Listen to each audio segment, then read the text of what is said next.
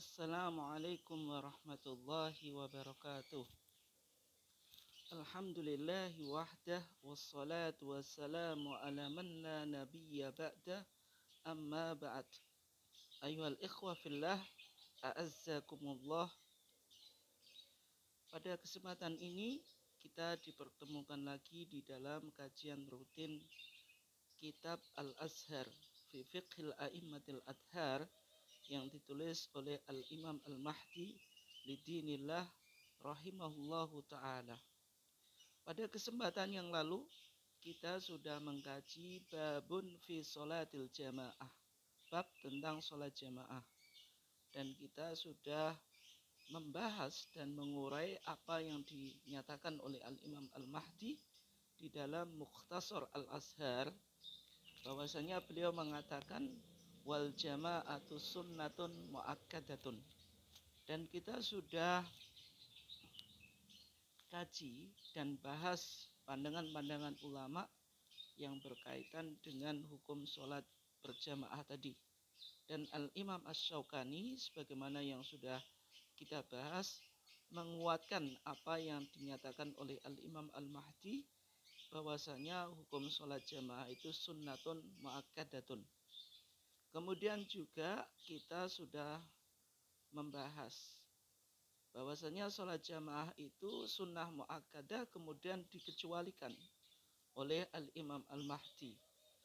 Pengecualian pertama apabila imamnya itu fasik au fi hukmihi, atau status hukumnya fasik, dan mensyaratkan adalatul imam, keadilan imam, bahwasanya imam harus memiliki integritas moral yang baik dan tidak boleh menjadi orang yang fasik.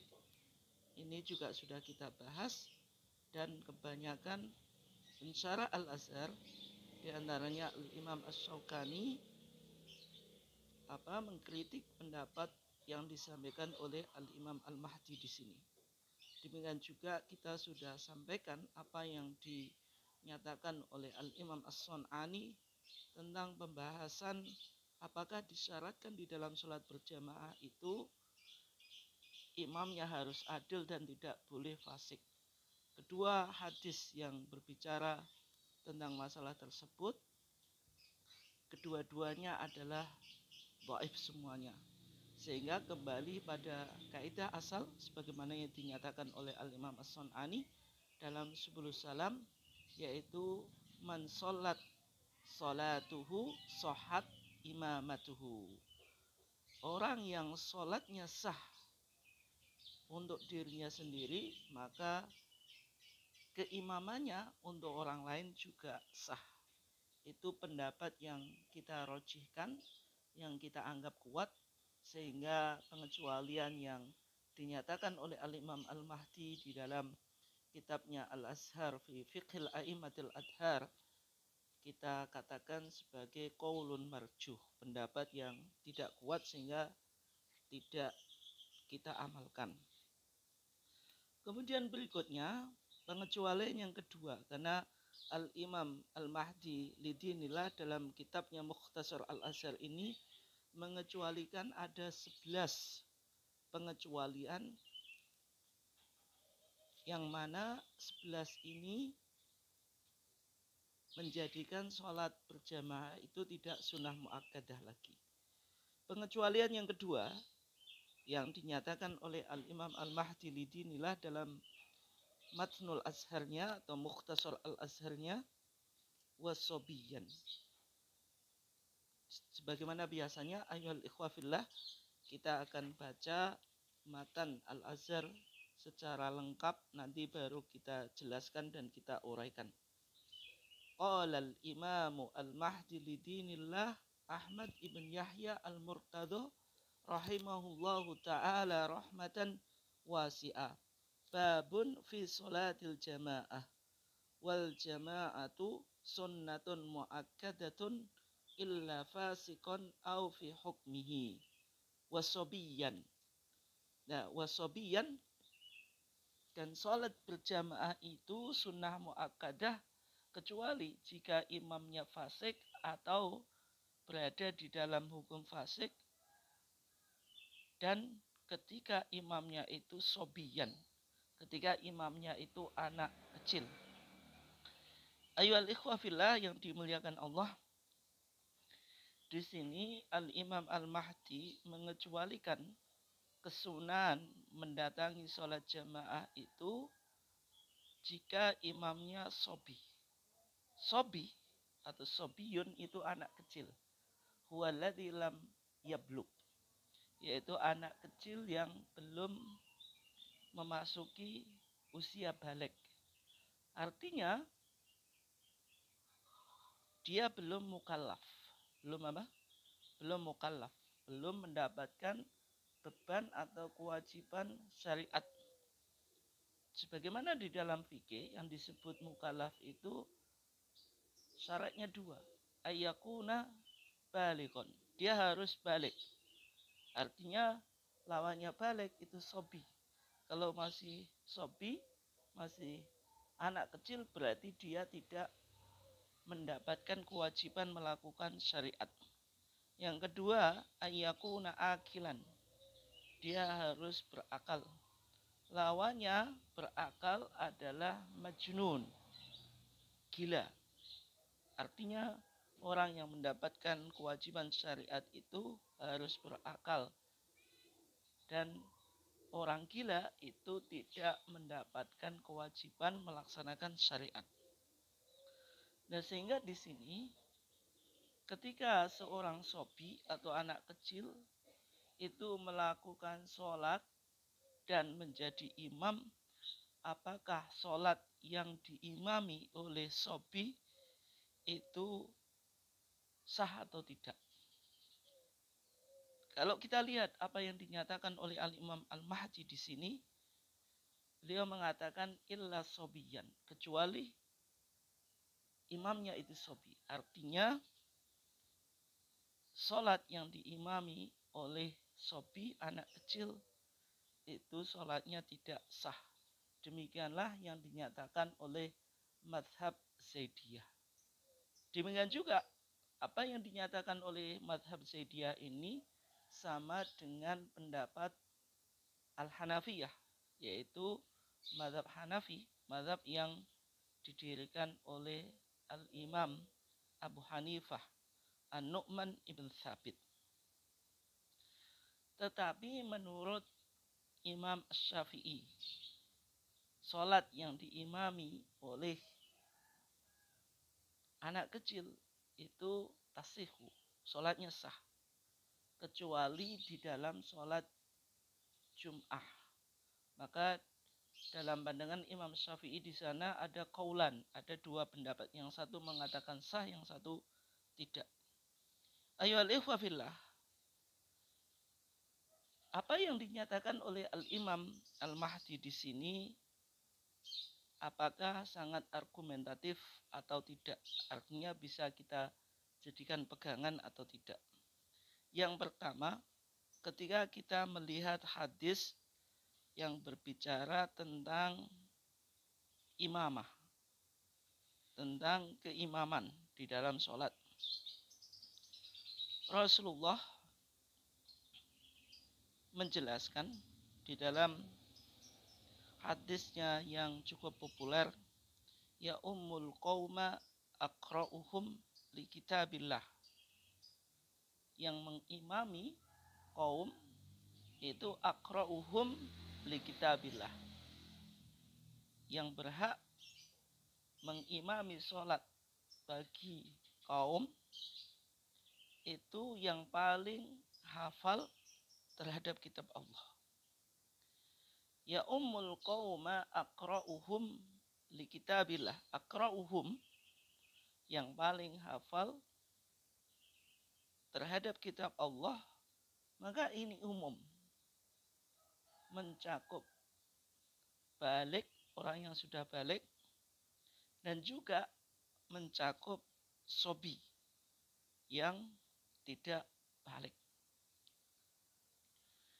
Kesimpulan bahwasanya apa yang dinyatakan oleh Nabi, ya ummul qauma aqra'uhum li kitabillah. Aqra'uhum li kitabillah ini mencakup anak kecil, kesimpulan ini juga didukung oleh hadis Ibni Amr ibn As-Salimah.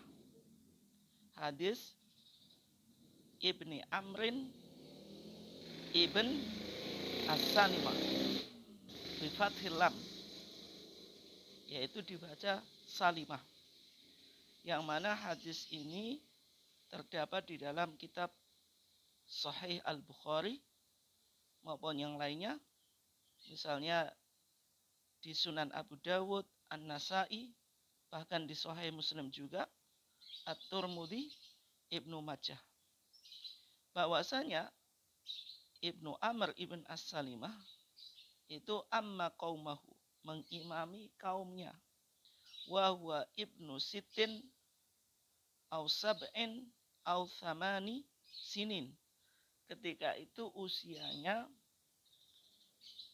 sekitar 6 tahun atau 7 tahun atau 8 tahun. Artinya usia 6 tahun atau 7 tahun atau 8 tahun ini usia yang secara umum anak kecil itu belum menginjak usia balik. Dan peristiwa ini terjadi ketika ayahnya, yaitu ayah Ibn Amr ibn Salimah, mengutusnya kepada Rasulullah SAW untuk menjadi wafdun, untuk menjadi utusan.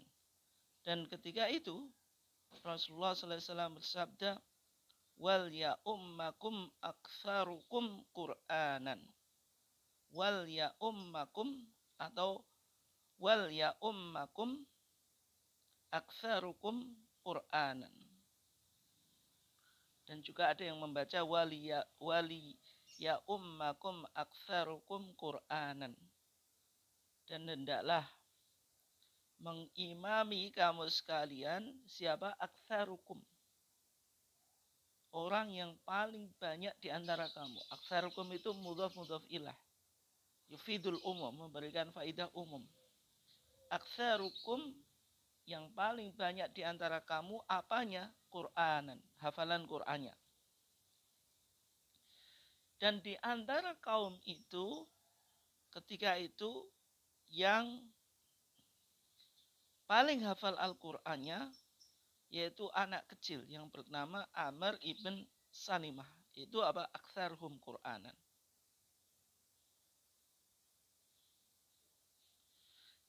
Dan konteksnya Rasulullah tadi bertanya kepada wafdun, kepada utusan tadi yang datang menemui Rasulullah dalam keadaan Islam. Maka Rasulullah menjelaskan orang yang paling berhak menjadi kaum bagi kaum tersebut adalah aktsaruhum Qur'anan, yang paling hafal atau yang paling banyak hafalan Qur'annya. Dan hadis Amr ibn Salimah di situ diperdebatkan di kalangan para ahli hadis. Apakah beliau ketika itu menjadi wafdun, menjadi utusan bersama ayahnya menemui Rasulullah atau tidak. Tapi kalau merujuk pada riwayat Ad-Darqutni, Ibnu Mandah, dan At-Tabrani mempertegas bahwasanya beliau bersama ayahnya menemui atau menjadi utusan menemui Rasulullah. Kalau kita takdirkan, kalau kita anggap bahwasanya Amr ibn Salimah ini tidak menjadi utusan bersama ayahnya menemui Rasulullah, ia hanya mengimami kaumnya. Ia hanya mengimami kaumnya dan tidak pernah menjadi utusan bertemu Rasulullah. Maka apa yang dilakukan oleh Amr ibn As-Salimah ketika mengimami kaumnya dan tidak ada teguran dari Rasulullah, itu menunjukkan takrir atau kebolehan. Kenapa kalau kita simpulkan itu menjadi takrir atau menjadi ketetapan atau pernyataan kebolehan seorang anak mengimami kaumnya di dalam sholat, sebagaimana kasus pada al-azl.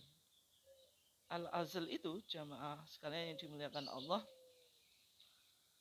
al-azl itu mohon maaf ya, itu mengeluarkan sperma ketika suami istri melakukan hubungan, sehingga spermanya itu tidak masuk ke vagina. Dan para sahabat ketika itu untuk menghindari memiliki banyak keturunan, mereka melakukan azl ketika berhubungan antara suami dan istri.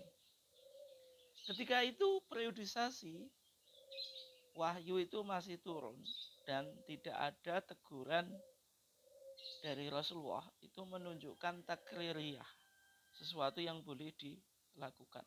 Artinya kalau kita anggap bahwasanya Amr ibn Salimah itu tidak pernah diutus menemui oleh Rasulullah, dia hanya mengimami kaumnya padahal usia dia masih kecil atau belum balik, dan tidak ada kritik atau teguran dari Rasulullah, ketika itu menunjukkan hal ini boleh, karena wahyu itu masih pada periodisasi pembentukan syariat. Artinya akan ditegur oleh wahyu terhadap apa yang dilakukan oleh Amr ibn Salimah, yang mana ia masih kecil dan mengimami kaumnya. Sehingga apa yang dilakukan oleh Amr ibn As-Salimah itu dakhilun tahtal umum, masuk pada keumuman kebolehan melakukan sholat, yaitu sebagaimana yang dinyatakan oleh Rasulullah, yang mengimami suatu kaum itu aqra'uhum li kitabillah, yang paling hafal terhadap kitab Allah.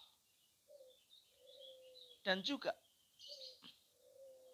yang mempertegas kesimpulan ini, bahwasanya sholat jamaah itu sah dilakukan bersama anak kecil. Artinya seorang imam yang balik mengimami as-sobi, yaitu anak kecil, dan itu sholatnya sah, sebagaimana yang terdapat di dalam hadis Ibnu Abbas, bahwasanya Rasulullah mengimami sholat, kemudian datanglah Ibnu Abbas. Qama yusalli ma'an nabiyyi fawaqafa ala yasarihi. Ketika itu Ibnu Abbas yang masih kecil, dia berdiri di sebelah kanannya Rasulullah. Fajadabahu, terus Rasulullah menariknya. Wa aqama an yaminihi, dan memposisikan Ibnu Abbas itu di sebelah kanannya. Kalau sholat berjamaah itu sah dengan imam dengan makmum, mohon maaf, kalau sholat jamaah itu sah dengan makmum yang masih kecil, maka sholat jamaah itu juga sah jika imamnya itu masih sobi atau belum balik. Dan kalau ada yang beranggapan sholatnya anak kecil itu dianggap belum wajib, artinya masih sunnah saja, karena anak kecil itu belum mukallaf, dan anak kecil yang mengimami sholat yang status sholatnya itu sunnah bagi dia, sedangkan makmum itu balik yang status sholatnya bagi makmum itu wajib, maka demikian itu tidak sah. Maka untuk menjawab permasalahan ini, kalau kita lihat di dalam hadis Mu'ad ibn Jabal. Mu'ad ibn Jabal itu ketika menunaikan sholat isya, itu menunaikannya bersama Rasulullah, menjadi makmum. Tetapi Mu'ad ibn Jabal setelah itu pulang ke kaumnya dan menjadi imam, melakukan sholat isya yang kedua kali bagi Mu'adz ibn Jabal. Nah, i'adatus sholah, mengulangi sholat yang dilakukan Mu'adz ibn Jabal, ini statusnya adalah sunnah. Berarti sholat isya yang wajib yang dilakukan Mu'adz ibn Jabal ketika dia menjadi makmum mengikuti sholatnya Rasulullah, ketika ia kembali ke kaumnya, dia melakukan sholat statusnya sunnah. Sehingga apa yang dilakukan Mu'adz bin Jabal ini juga sah, artinya orang yang sholat sunnah atau nafil itu sah menjadi imam bagi orang yang sholat wajib. Ya, kesimpulannya apa di sini? Kalau dianggap anak kecil itu sholatnya statusnya masih sunnah, ketika ia menjadi imam bagi orang yang sholatnya wajib, yaitu yang balik, maka keimaman anak kecil itu juga sah. Demikian kajian kita jamaah sekalian yang dimuliakan Allah, dari apa yang dikecualikan oleh Imam Mahdi dengan pernyataannya wal jama'atu sunnatun muakkadatun illa fasikon au fi hukmihi wasobiyan. Wasobiyan, pengecualian wasobiyan ini adalah qaulun marjuh, pendapat yang tidak kuat, yang rojih, bahwasanya anak kecil tetap sah ketika ia menjadi imam di dalam sholat berjamaah. Demikian kajian kita, mudah-mudahan memberikan manfaat bagi kita semuanya, sehingga kita bisa mengkaji dan memperdalam keagamaan ini melalui kajian kitab Al-Azhar fi Fiqhil A'immatil Adhar yang ditulis oleh Al-Imam Al-Mahdi Lidinillah Ahmad ibn Yahya Al-Murtadha rahimallahu ta'ala rahmatan wasi'ah. Assalamualaikum warahmatullahi wabarakatuh.